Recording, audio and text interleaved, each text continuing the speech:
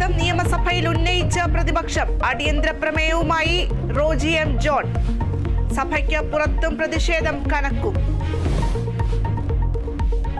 Pookode veterinary കോളേജിലെ സിദ്ധാർത്ഥന്റെ മരണത്തിൽ police നടത്തിയത് കാര്യക്ഷമമായ അന്വേഷണമെന്ന് മുഖ്യമന്ത്രി.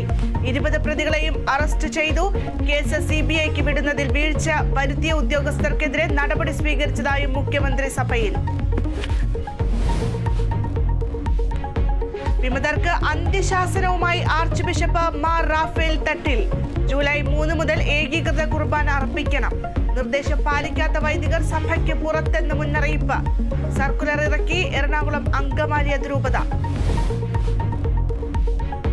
സഹമന്ത്രി സ്ഥാനത്തിൽ സുരേഷ് ഗോപിക്ക് അതൃപ്തി. തൃശൂരിലെ മിന്നും ജയത്തിൽ അർഹമായ പരിഗണന കിട്ടിയില്ലെന്ന് അടുത്ത വൃത്തങ്ങൾ.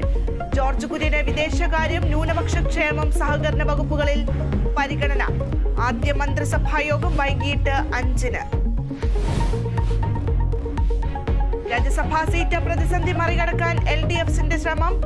CPM വിട്ടുവീഴ്ചയ്ക്ക് തയ്യാറായേക്കും. കേരള കോൺഗ്രസ് എമ്മുമായി കാലാവധി പങ്കിടാൻ ആലോചന. CPI സംസ്ഥാന എക്സിക്യൂട്ടീവ് യോഗം ഇന്ന് തിരുവനന്തപുരത്ത്. ലീഗ് സ്ഥാനാർത്ഥിയായി ഹാരിസ് ബിരാനെ ഇന്ന് പ്രഖ്യാപിക്കും. കേരള വിഷൻ വാർത്ത തുണയായി.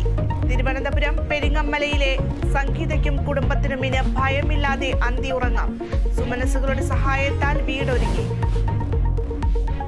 2020 ലോകകപ്പിൽ ഇന്ത്യക്ക് ത്രസിപ്പിക്കുന്ന ജയം. പാകിസ്ഥാനെ തോൽപ്പിച്ചത് 6 റൺസിന്.